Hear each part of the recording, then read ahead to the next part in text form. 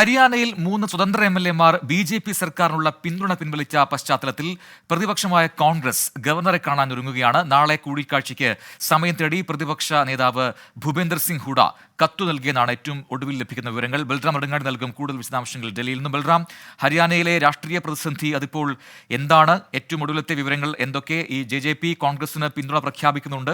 ഈ രീതിയിൽ നാളെ പ്രതിപക്ഷ നേതാവ് ഗവർണറെ കാണാൻ പോകുന്നു. അപ്പോൾ എന്തൊക്കെ കാര്യങ്ങളാണ് ഇപ്പോൾ അവിടുത്തെ പുതിയ അപ്ഡേറ്റുകളായി വരുന്നത്?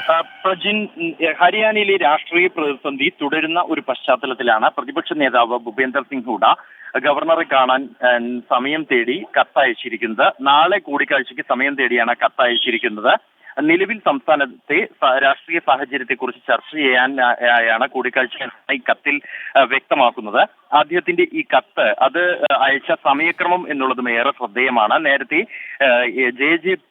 കോൺഗ്രസ് സർക്കാരിനെതിരെ അവിശ്വാസ പ്രമേയം കൊണ്ടുവരികയാണെങ്കിൽ പിന്തുണയ്ക്കുമെന്ന് അറിയിക്കുകയും ആദ്യ ചുവട് ജെ.ജെ.പി. വെക്കട്ടെ എന്ന് കോൺഗ്രസ് നിലപാടെടുക്കുകയും ചെയ്തു. പിന്നാലെ തന്നെ ജെ.ജെ.പി. ഗവർണർക്ക് കത്തയച്ചു. ഇതിന് പിന്നാലെയാണ് ഇപ്പോൾ ഹൂഡ ഗവർണറുമായി കൂടിക്കാഴ്ചയ്ക്ക് സമയം തേടിയിരിക്കുന്നത്. എന്നാൽ നിലവിലെ സാഹചര്യത്തിൽ എന്താണ് കോൺഗ്രസിന്റെ അടുത്ത നീക്കം എന്നുള്ളത് ശ്രദ്ധേയമാണ്. നിലവിലെ സാഹചര്യത്തിൽ മാർച്ച് 13 സർക്കാരിനെതിരെ കോൺഗ്രസ് കൊണ്ടുവന്ന അവിശ്വാസ പ്രമേയത്തെ സർക്കാർ അതിജീവിച്ചു എന്നതിനാൽ തന്നെ വരുന്ന 6 മാസത്തേക്ക് സാങ്കേതികമായി തന്നെ ഒരു അവിശ്വാസ പ്രമേയം കൊണ്ടുവരാനാകില്ല. മറ്റേതെങ്കിലും തരത്തിൽ വോട്ടെടുപ്പിനുള്ള സാഹചര്യം ഉണ്ടാവുകയാണെങ്കിൽ മാത്രമാണ് സർക്കാരിന്റെ ഭൂരിപക്ഷം നിലവിൽ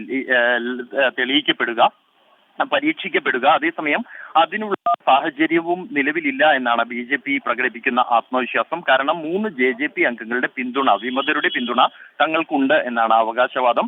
ജെ.ജെ.പി. ഇവർക്കെതിരെ കൂറുമാറ്റ നിരോധനം അനുസരിച്ച് നടപടിയെടുക്കുകയാണെങ്കിൽ പോലും സഭയുടെ ആകെ അംഗസംഖ്യ കുറയുകയും തുടർന്ന് നിലവിലുള്ള 43 എന്ന അനായാസമായി തന്നെ ഭൂരിപക്ഷം ഉറപ്പിക്കാവുന്ന സംഖ്യയിലേക്ക് ബി.ജെ.പി. എത്തുകയും ചെയ്യും.